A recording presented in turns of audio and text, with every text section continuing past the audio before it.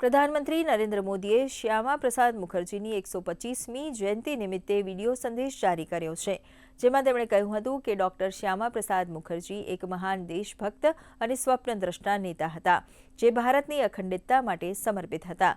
Doctor મુખર્જીના વિચારોએ આધુનિક ભારતને ઘડવામાં મુખ્ય ભૂમિકા ભજવી છે. સરકાર શ્યામા પ્રસાદ મુખર્જીની 125મી જયંતિને 2 વર્ષના રાષ્ટ્રીય ઉત્સવ તરીકે ઉજવી રહી છે. પ્રધાનમંત્રીએ માહિતી આપી હતી કે આ ઉજવણી ગત વર્ષે 6 જુલાઈથી શરૂ કરી આવતા વર્ષે 6 જુલાઈ સુધી ચાલુ રહેશે. देश की धरती, पश्चिम बंगाल की धरती अपने एक महान सपूत, एक महान देशभक्त,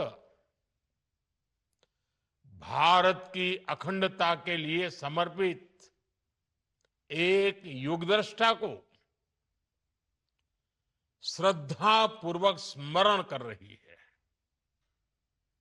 आज हम उस विचार बीज का गुणगान कर रहे हैं जो वर्तमान समय में चारों तरफ फल फूल रहा है. डॉक्टर श्यामा प्रसाद मुखर्जी ने ऐसा ही जीवन जी करके दिखाया है.